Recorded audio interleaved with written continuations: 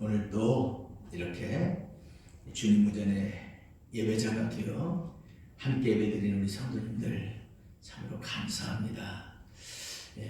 아마 변이 또 바이러스가 이렇게 변이가 일어나고 그러니까 국민들이 이렇게 아직도 두려워하고 우리 성도님들 중에서도 자신의 몸이 좀 약하다 생각되는 분들은 더 그렇게 교회 나오는 것이 아직도 마음에 이렇게 허락이 안 되는 분들이 계신가 싶습니다.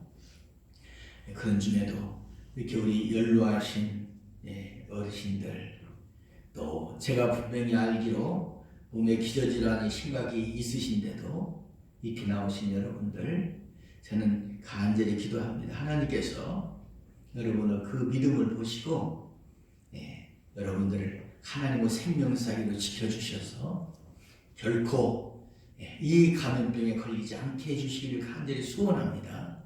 그리고 여러분의 그 믿음을 보시고 우리 하나님께서 여러분에게 꼭 그렇게 은혜와 긍휼을 베풀어 주실 줄로 믿습니다. 자, 오늘 은혜 받은 성도의 삶 제목은 그리합니다. 은혜라는 단어를 사전에서 찾아보면 그렇게 설명이 되어 있습니다. 자연이나 남에게서 받는 고마운 혜택, 그렇게 풀어졌습니다. 그리고 사전에 두 번째 이 그래놓고 기독교에서 하나님이 인간에게 베푸는 사랑, 그렇게 사전적 설명을 했습니다. 자, 그래서 우리 기독교에서 은혜 받았다라는 표현은 그 의미가 참 다양합니다. 설교 말씀을 통하여 감동받은 것도 은혜 받았다 이렇게 표현합니다. 옳은 말씀이죠. 하나님께서 그를 사랑하셔서 감동을 주셨기 때문에 이렇게 표현할 수가 있습니다. 또 난치병, 아주 힘들고 어려운 병, 하나님께 의지하고 기도하고 물론 약을 쓰고 치료를 받지만 그리고 고침을 받았을 때 은혜 받았다 이렇게도 표현합니다. 어려움에서 어떤 고난 가운데서 벗어났을 때도 하나님의 은혜를 받았다 이렇게 할 수 있습니다.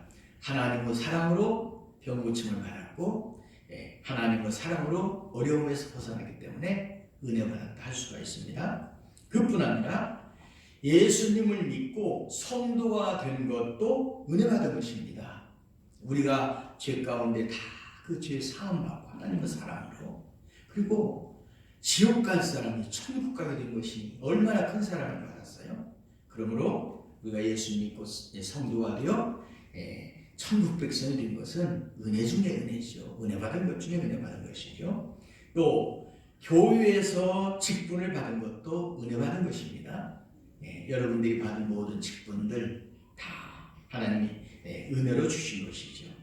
또 우리가 교육을 받고 훈련을 받음으로 영적 감동을 받고 믿음이 성장하는 것도 은혜를 받은 것입니다. 그런데 오늘의 본문 6장 1절을 보면 하나님의 은혜를 헛되이 받지 말라고 하셨습니다. 하나님의 은혜를 헛되이 받지 말라. 은혜 받을 자리에서 은혜 받지 못하는 사람이 되지 말고 받은 은혜를 잘 간수하여 받은 바 은혜를 소멸하지 말라는 말씀입니다. 아무리 은혜를 받을 수 있는데 은혜 받지 못하면 하나님 은혜를 헛되이 받는 것이 되고요.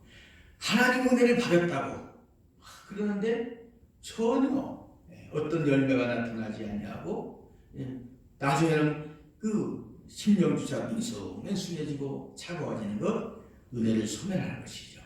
그래 하지 말라는 것입니다. 저와 우리 성도님들은 이미 하나님의 은혜를 받은 사람이요, 또한 우리의 생명이 닿는 날까지 은혜를 받고 그 은혜를 소멸을 하지 말아야 될, 그 은혜를 잃어버리지 말아야 될 사람들입니다. 자, 그럼 우리가 어떻게 하면 하나님의 은혜를 헛되지 않게 할 수 있을까? 그래서 오늘은 은혜 받은 성도의 삶이라는 제목으로 말씀을 전하면서 함께 은혜 받고 원하옵기는 우리가 은혜를 소멸하지 않는 그런 귀한 성도님들 되시기를 축원합니다. 첫째, 은혜 받은 성도의 삶은 자신을 알아야 된다는 것입니다. 자기 자신을 알아야 된다. 우리 본문 3절 4절을 같이 읽어봅니다. 3절과 4절 시작. 우리가 이 직분이 비방을 받지 않게 하려고 무엇이든지 아무에게도 거리끼지 않게 하고 오직 모든 일에 하나님의 일꾼으로 자천하여 많이 견디는 것과 환난과 궁핍과 고난과 아멘. 여기까지 같이 읽었어요. 자, 직분을 받았으면 직분을 주신 것은 하나님께서 일꾼 삼아 주신 것이라는 말이에요. 직분을 주신 것은 하나님이 일꾼 삼아 주신 것이에요. 내가 직분자라면 하나님 일꾼이라는 것입니다. 그것을 알아야 된다는 것입니다. 그래서 직분을 받은 자는 나는 하나님의 일꾼이라는 정체감을 갖고 살아야 된다는 것이죠. 바울 사도는 자신이 받은 직분이 회방받지 않게 하려 애를 썼습니다. 매사에 누구에게든지 거리끼지 않게 그렇게 행동하려고 힘을 썼습니다. 그러므로 나는 내 가정에 파송된 하나님의 일꾼이라는 자의식을 가져야 돼요. 우리 한 사람 한 사람은 가정에 파송받은 하나님의 일꾼이라는 것입니다. 또 나는 내 직장에 보냄받은 하나님의 일꾼이라는 정체성을 가져야 돼요. 그리고 나는 이 교회에서 모든 성도를 섬겨야 될 하나님의 일꾼이라는 소명감을 갖고 섬겨야 된다는 말씀입니다. 또 4절 하반절에서 7절까지의 말씀을 보면 나는 인내하여 승리하는 자, 인내하여 승리할 자라는 자신을 그렇게 알아야 된다는 것입니다. 우리 4절부터 7절까지를 같이 읽어봅니다. 시작. 오직 모든 일에 하나님의 일꾼으로 자천하여 많이 견디는 것과 환난과 궁핍과 고난과 매맞음과 갇힘과 난동과 수고로움과 자지 못함과 먹지 못함 가운데서도 깨끗함과 지식과 오래 참음과 자비함과 성령의 감화와 거짓이 없는 사랑과 진리의 말씀과 하나님의 능력으로 의의 무기를 좌우에 가지고 아멘. 자, 이 말씀 우리에게 맡기신 가정과 직장과 교회에서의 사명을 감당하기 위해서는 많이 참고 견뎌야 된다는 말씀입니다. 그 하나님의 일꾼으로서 사명을 감당하기 위해서는 많이 참고 견뎌야 된다. 환난을 참고 견뎌야 된다. 궁핍함을 또 참고 견뎌야 된다. 온갖 고통, 어느 때는 폭행을 당해도 모욕을 당해도 참고 견뎌야 된다는 것입니다. 그렇게 고난을 당하면서도 성령님의 감동으로 진실한 사랑을 베풀면서 끊임없이 하나님의 말씀을 붙들고 하나님의 능력 가운데 거하며 인내로 승리해야 되잖아. 우리가 그것을 알아야 하나님의 은혜를 잘 감수할 수 있다는 것입니다. 그리고 자신을 바로 알되 내가 실상은 복된 자라, 내가 실제로는 복된 자라는 것을 알아야 된다는 것입니다. 8절을 보니까 욕된 것 그것을 영광스러운 자로 알아야 되고 또 악한 자로 막 매도될 때도 실상은 아름다운 이름의 사람이다. 이것을 꼭 기억해야 되고 속이는 자하고 매도를 당할 때도 실은 참된 자인 것을 알아야 된다는 것입니다. 흔들리지 말라는 것입니다. 우리 9절부터 10절까지 말씀을 같이 읽어봅니다. 9절부터 10절 시작. 무명한 자 같으나 유명한 자요 죽은 자 같으나 보라 우리가 살아있고 징계를 받는 자 같으나 죽임을 당하지 아니하고 근심하는 자 같으나 항상 기뻐하고 가난한 자 같으나 많은 사람을 부유하게 하고 아무것도 없는 자 같으나 모든 것을 가진 자로다. 아멘. 자, 무슨 말씀입니까? 반대하는 자들이 우리를 무명한 자라고, 또 어느 때는 마음으로 찌꺼기 같은 인간이라고 매도할 수 있다는 것입니다. 그러나 하나님의 눈에는 내가 보배로운 자라 확신을 가져야 된다는 것입니다. 또 진리를 당한다고 하지만은 실상은 하늘의 상급을 쌓는 자라. 나는 지금 하늘의 상급을 쌓고 있다. 근심할 때에도 다른 사람들이 걱정거리에 사로잡힌 것 같아도 항상 기쁨이 충만한 자인 것을 알고, 가난하지만 그 가난 가운데에서도 오히려 많은 사람을 부유케 하는 사람이라는 것, 나는 많은 사람을 오히려 부유케 하는 사람이라는 자의식을 잃지 말아야 된다는 것입니다. 아무것도 없는 자 같지만은 모든 것을 주인이신 하나님을 소유한 자이기 때문에 모든 것을 가진 자라는 그러한 자의식을 가져야 된다. 사랑하는 성도 여러분, 우리가 자신을 바로 할 때에 하나님께서 우리에게 주신 은혜를 지켜갈 수 있습니다. 그러지 않으면 우리는 슬픔에 빠져버리고 신앙의 기쁨을 잃어버립니다. 하나님께서 우리에게 주신 은혜를 잘 지켜가는 것은 나의 실상을 하는 것입니다. 나의 실존을 할 때에 우리는 은혜를 지켜갈 수 있다는 것입니다. 사랑하는 여러분, 우리는 하나님의 일꾼입니다. 가정에서도, 교회에서도, 그리고 여러분 직장에서도 여러분은 하나님의 일꾼인 것을 잊지 마시기를 바랍니다. 그리고 우리는 인내로서 승리할 자입니다. 환난을 당해도, 궁핍해도, 온갖 고통을 당해도 여러분 성령의 감동 가운데서 여러분은 진실한 사랑을 베풀고 참아 승리하는 우리 성도님들 되시기를 바랍니다. 그리고 우리는 실상은 복되고 부유한 자입니다. 사람들의 어떤 그 시선에 눌리지 말고 여러분 끝까지 참고 주신 사명을 감당하면서 우리의 실존을 깨닫고 나아가는 여러분 되시길 바랍니다. 그래서 여러분이 행복한 가정을 이루시고 행복한 교회를 이루는 사람들 되시고 여러분이 가는 곳마다 행복을 전하는 복된 우리 성도님들 되시기를 주님의 이름으로 축원합니다. 두 번째로 은혜 받은 성도의 삶은 마음을 넓히라는 것입니다. 마음을 넓히라. 바울 사도는 자신이 고린도 교회의 성도를 향하여 넓은 마음을 가졌음을 고백합니다. 그리고 그들도 마음을 넓힐 것을 권면합니다. 은혜를 헛되지 않게 하기 위해서는 마음을 넓혀야 된다는 것입니다. 우리 본문 13절 말씀을 같이 읽어봅니다. 13절 시작. 내가 자네에게 말하듯 하노니 보답하는 것으로 너희도 마음을 넓히라. 아멘. 여기 마음을 넓히는 것은 자녀를 대하는 부모의 마음이 들어가는 말이에요. 자녀를 대하는 부모의 마음. 자녀가 부모를 잘 모르고 또 부모의 마음을 모르고 속을 찔러대고 또 부모의 말을 어느 때는 불순종하고 그럴지라도 자녀를 대할 때 그 부모는 그를 용납합니다. 그를 기다립니다. 이처럼 되라는 것이죠. 박윤선 목사님께서는 사람은 마음에 따라서 그 행복 여부가 결정된다. 이것을 주장하시면서 그렇게 말씀하셨습니다.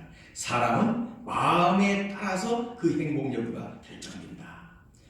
넓은 마음을 가진 사람은 그만큼 행복할 수 있다는 것입니다.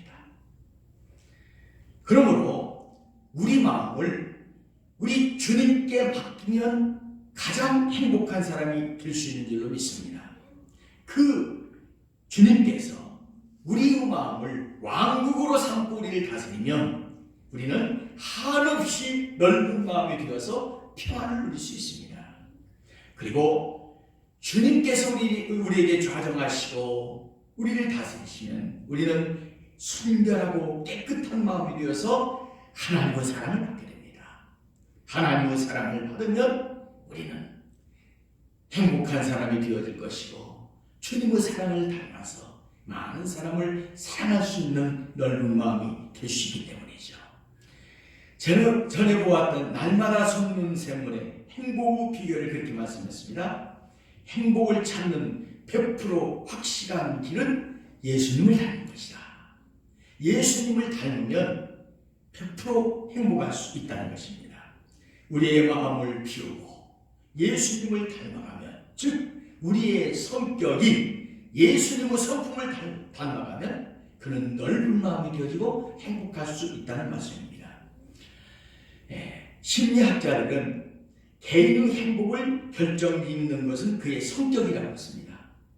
개인의 행복을 결정짓는 것은 그의 성격이래요. 옛날에는 행복을 그렇게 보지 않았습니다. 행복을, 옛날 그 행복을 보는 그런 관점은 일상에서 얻는 기쁨이 모여가지고 행복을 이룬다고 했어요. 일상에서 얻는 기쁨, 그것이 모여가지고 행복을 이룬다 그랬는데, 지금은 성격처럼 타고난 심리적 특성이 개인의 행복을 결정짓는다 그랬습니다. 아까 말씀이죠. 개인의 행복을 결정짓는 것은 그의 성격이다.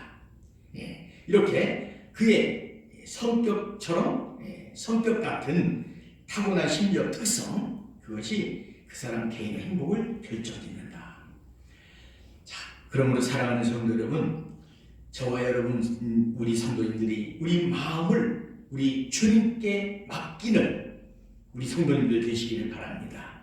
그래서 주님이 우리 가운데 계심으로 우리 예수님처럼 온유한 성품, 또한 예수님처럼 화평을 도모하는 그런 성품, 예수님처럼 설령 의를 위하여 핍박을 당한다 할지라도 용서하고 사랑할 수 있는 그런 마음의 소유자들이 되기를 바랍니다. 그리하면 늘 우리가 은혜 가운데 살아가며 모든 사람을 행복하게 하고 더불어 행복하게 살아가는 복된 성도들이 될 줄로 믿으시기를 바랍니다.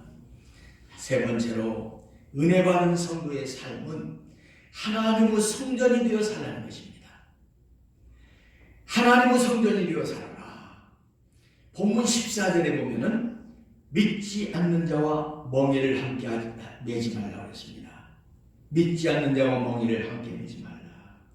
16절에 보면 하나님의 성전과 우상이 어찌 일치가 되리요. 우리는 살아계신 하나님의 성전이라 하셨습니다. 이 말씀은 은혜를 헛되지 않게 하려면, 받은 바 은혜를 소멸하지 않으려면 우리가 하나님의 성전이요 하나님의 백성인 것을 잊지 말고 거룩한 삶을 살아야 될 것을 이루신 말씀입니다. 우리는 불신자들을 흉금을 같이 하는 자로 삼아서는 안 됩니다. 우리 성도들보다 믿지 않는 사람하고 더 마음이 통하고 더 이렇게 흉엄을 없이 털어놓고 그렇게 하는 사람이 되어서는 안 된다는 것입니다. 여러분, 선이 악에게 가마를 주기는 어렵습니다. 선한 사람이 악한 사람에게 가마를 쥐어서 그를 돌이키기는 쉽지 않아요. 그런데 악이 선을 손상시키는 것은 쉽 거예요. 악한 사람이 선한 사람을 무너뜨리는 것은 쉽다는 것입니다. 성도가 불신자를 감화시키기는 어려워도 성도가 자칫하면 불신자에게 악한 것을 옮겨받게 된다는 것입니다. 그래서 불신 사상을 독약과 같이 멀리해야 돼요. 불신자와 통화되지 않도록 정신을 차려야 된다는 것입니다. 그러므로 사랑하는 성도 여러분, 하나님의 성전인 우리의 몸을 더러운 도구로 써서는 안 됩니다. 정결한 그릇으로 간수해야 돼요. 하나님의 성전인 내 마음에 더럽고 악한 생각을 품고 살아서는 안 돼요. 그것들에게 점령되어서는 안 됩니다. 물질 유산으로 삼고 살아서는 안 됩니다. 주님을 모시고 살면서 성령님이 주장하시게 해요. 하나님의 성전인 우리가 사탄 마귀의 도구가 되지 않도록 악한 자들과의 자리를 멀리하는 거룩한 성도로 살아가시길 바랍니다. 그리할 때 거룩하신 하나님의 은혜가 늘 충만하게 임하고 유지되는 것을 믿으시길 바랍니다. 성도 여러분, 우리는 행복해야 되며 행복할 수 있습니다. 늘 은혜 받고 은혜를 지킴으로 행복할 수가 있습니다.